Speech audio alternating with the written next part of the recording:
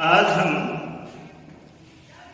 Exercise 1.2 class 10th mathematics, जिसमें अंकगणित की आधारभूत प्रमेय और इससे रिलेटेड क्वेश्चंस करेंगे। मैं Sudhir Kumar, lecturer mathematics, government high school Sirsal, सभी को सुबह की प्रणाम करता हूं और हम क्वेश्चन शुरू करते हैं। अब बात है हमारी अंकगणित की आधारभूत प्रमेय होती क्या है। फंडामेंटल थ्योरम ऑफ अर्थमेटिक ये कहता है कि आज तक हमने जो पढ़ा है वो क्या पढ़ा है कि जो नंबर्स हैं वो दो टाइप के होते हैं। एक होती है भाज्य संख्याएं, जो संख्या है वो भाज्य होती हैं, और एक होती है अभाज्य संख्या। क्या आप इससे भली भांति परिचित होंगे? आई थिंक भाज्य संख्याएं और अभाज्य संख्याएं। भाज्य संख्याएं कौन सी होती हैं? जिस संख्या के दो से ज्यादा गुणनखंड हों, दो से ज्यादा, उनको भाज्य संख्याएं कहते हैं। और अभाज्य संख्याएं किसे कहते हैं? जिन संख्या के एग्जैक्टली दो गुणनखंड होते हैं। एक तो जैसे हमारे पास 5 है, इसके गुणनखंड क्या क्या बनेंगे? 1 बनेगा और 5 बनेंगे। The number itself and the number 1, ये जो है हमारे पास दो गुणनखंड बन जाते हैं। तो अंकगणित की आधारभूत प्रमेय क्या कहती है? फंडामेंटल थ्योरम ऑफ अर्थमेटिक क्या कहती है? ये कहती है कि किसी भी भाज्य संख्या को उसके अभाज्य की गुणा के रूप में लिख सकते हैं। Every composite number can be written in the product of its primes। और ये जो प्राइम फैक्टराइजेशन होती है, ये अभाज्य गुणनखंड जो होते हैं ये यूनिक होते हैं, अद्वितीय होते हैं। Apart from the order in which they occur, means उसका ऑर्डर चेंज हो सकता है। मैं एक एग्जांपल क्लियर करता हूं आपको। लेट अस सपोज हम 36 लेते हैं। 36 के हम अभाज्य गुणनखंड बनाएंगे। 36 हमारे पास क्या है? भाज्य संख्या। इस भाज्य संख्या को इसके अभाज्य की गुणा के रूप में हम लिख सकते हैं। कैसे लिखेंगे इसको? हम आपने पता है कि ऐसे हम कर सकते हैं। 2 पे 18 पे, 2 पे 9 पे, 3 3 9 और 3 3। तो मीन्स हमारे पास जो 36 है वो क्या हो गया? 2 × 2 × 3 × 3, ये 36 है। अब ये जो अभाज्य मतलब भाज्य संख्या को हमने इसके अभाज्य की गुणा के रूप में लिख लिया। और जो ये अभाज्य की गुणा है ये यूनिक है। ये नहीं हो सकता कि 36 में 2 × 3 × 3 × 3 हो जाए। ये पॉसिबल नहीं है, ये नहीं हो सकता। मतलब जो इसकी प्राइम फैक्टराइजेशन है वो यूनिक है, जो इसके अभाज्य गुणनखंड हैं वो यूनिक हैं। 2 2 बार आएगा, 2 3 बार आएगा, 3 2 बार आएगा, ये यूनिक है। हाँ, ये हो सकता है कि ये आगे पीछे हो सकते हैं। इसको हम 36 को ये भी लिख सकते हैं 2 × 3 × 3 × 2, ये भी लिख सकते हैं। और भी कुछ लिखते हैं 3 × 2 × 3 × 2, मींस होंगे वही, यूनिक है। यही हमारी आधारभूत अनुपातिकता प्रमेय कहती है। क्या कहती है कि किसी भी भाज्य संख्या को हम उसके अभाज्य के गुणनखंड के रूप में लिख सकते हैं। और जो ये अभाज्य गुणनखंड है ये यूनिक होते हैं और इनका जो ऑर्डर है वो चेंज हो सकता है। ठीक है, इज इट क्लियर? तो हम आगे जो बात करेंगे, हम एक्सरसाइज के क्वेश्चंस करते हैं। हम एक्सरसाइज शुरू करें। एक्सरसाइज 1.2। तो ये कहता है, पहला क्वेश्चन जो कहता है वो ये कहता है कि इसके आप अभाज्य गुणनखंड करिए। ज्यादा मुश्किल नहीं है, आप ये क्लास 4th 5th में करते आए हैं। फिर भी चलो हम रिकैपिचुलेट करके देखें। 140 पहला, इसके अभाज्य गुणनखंड के रूप में लिखना है इसको।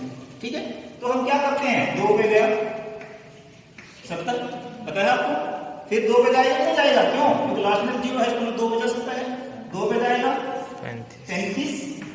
अब लास्ट में 5 आया है तो नेचुरल सी बात है 5 से विभाजित हो जाएगा। 5 पे जाएगा तो क्या आएगा? 7, और 7 पे जाएगा क्या आएगा? 1। मीन्स जो 140 हमारा बन गया वो क्या बन गया? 2 × 2 × 5 गुना 7, ये लिखिए। इसको हम ऐसे लिख सकते हैं या फिर इसको हम ये लिख सकते हैं 2 की पावर 2 गुना 5 की पावर 1 गुना 7 की पावर 1।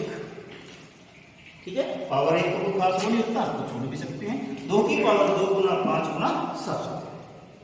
इस तरह से हम जो क्वेश्चन नंबर 1 है इसके सभी पार्ट्स जो है वो आप अपने आप करें तो इसी तरह से आएंगे। या मैं एक आधा और टॉपिक दिखा देता हूं आपको, कोई भी। तो इस तरह से जैसे 156 है, ये कहता है 156 के गुणनखंड बना।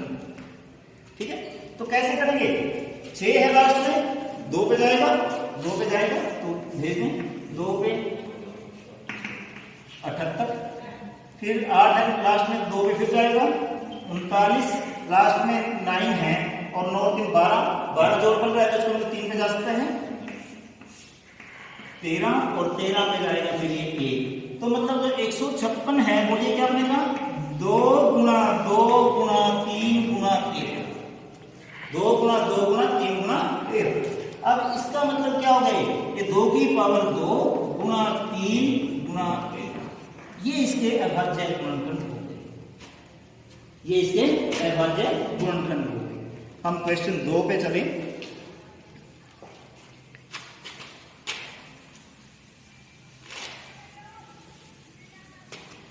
क्वेश्चन 2 क्या कहता है हमारे पास?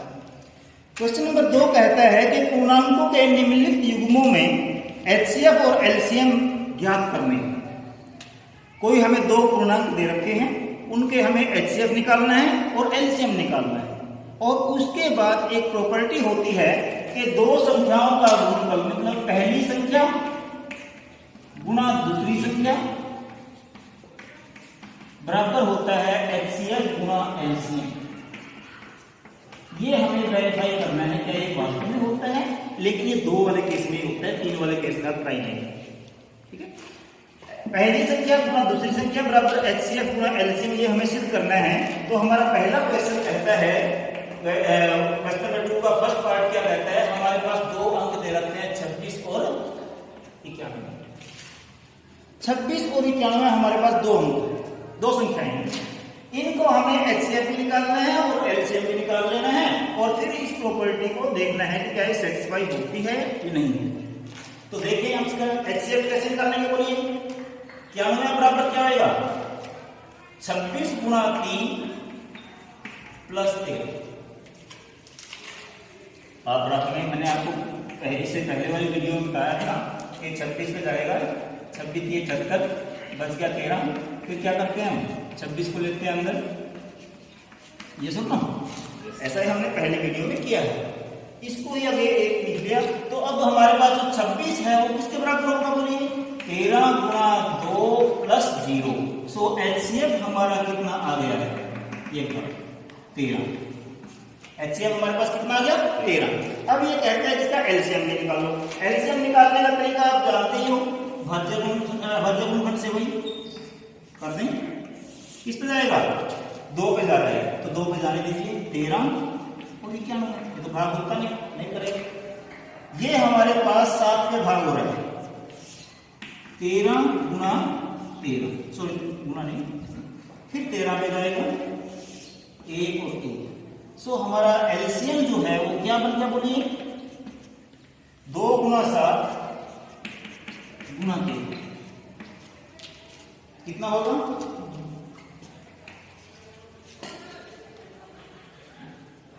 182। ठीक है, ये हमारे पास इसकी एलसीएम आ गई, ये हमारे पास इसका एचसीएफ आ गया। अब हमें वेरीफाई क्या करना है? ये करना है कि 2 संख्याओं के जो गुणा है, पहली संख्या गुणा दूसरी संख्या बराबर है एचसीएफ गुणा एलसीएम। तो हम इस पे चले तो कैसे होगा? देखो, पहली संख्या हमारे पास कितनी है, बोलिए? 26। दूसरी संख्या हमारे पास कितनी है? 91।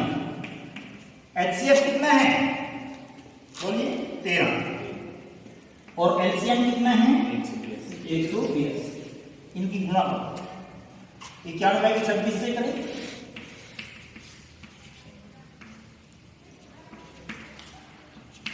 2 एकम 2, 2 निकल 18, 6 2366 कितना आता है? 2366।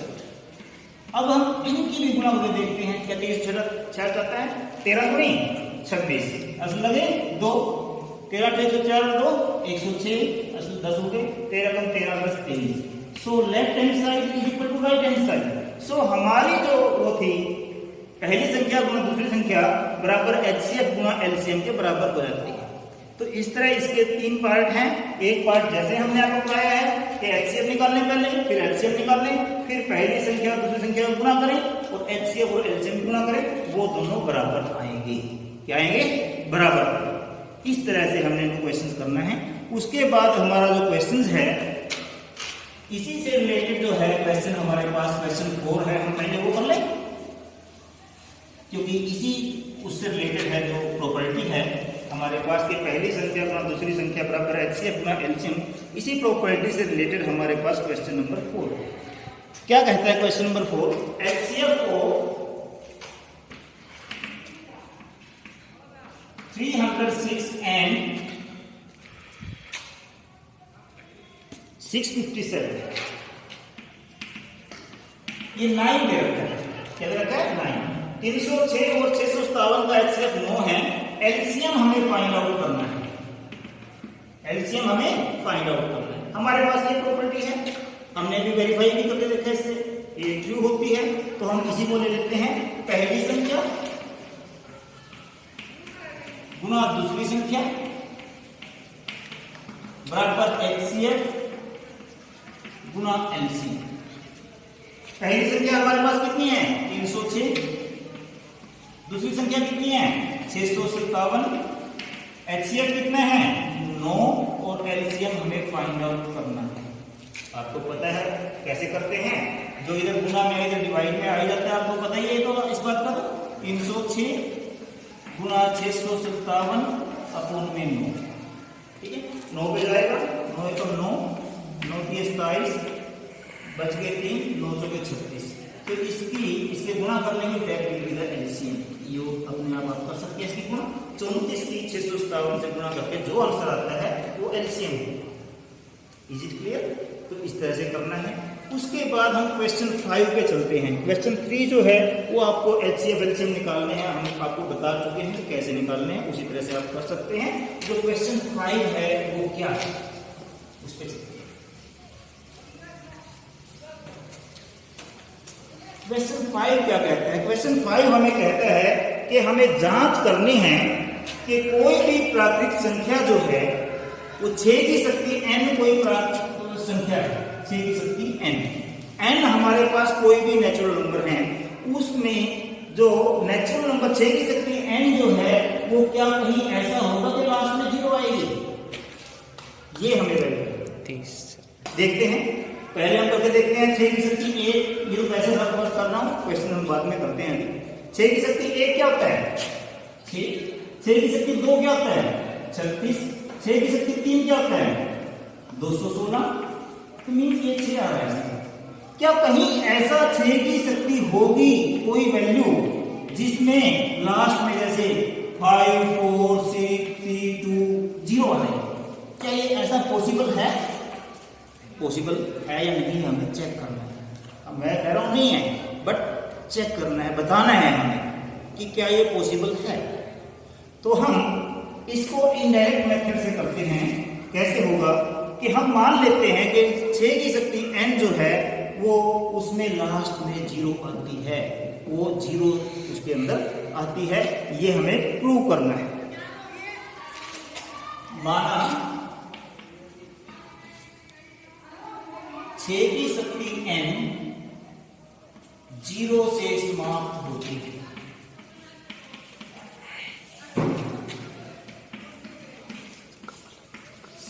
लेकिन 6 की शक्ति n 0 से समाप्त होती है सब्जेक्ट टू कॉन्ट्राडिक्शन। कॉन्ट्राडिक्शन हुआ है इसमें, भाई विवाद की स्थिति आई, हम कहेंगे समाप्त नहीं होती, ठीक है। तो हम देखते हैं कि 6 की शक्ति n जो है वो हमें 0 से समाप्त होती है, ये मान लिया हमने। क्या मानना है कि 6 की शक्ति n 0 से समाप्त हो सकती है। तो मैं कहूंगा अगर 6 की शक्ति n 0 से समाप्त होती है तो इसका मतलब ये होगा कि इसका 10 तो गुणनखंड होगा ही होगा, क्योंकि जब 0 से समाप्त होगी, एग्जाम्पल इस पे आ जाइए। अब मान लो 240 है, सपोज करें जिसके लास्ट में 0 है, इसका मतलब 10 का गुणनखंड है इसका, तो हम इसको लिख सकते हैं 10 गुना 24। क्या लिख सकते हैं इसको हम? 10 गुना 24। 530 है, तो क्या लिखेंगे इसको हम? 10 गुना 53। 10 गुना 53। पास कर दो वीडियो को प्लीज।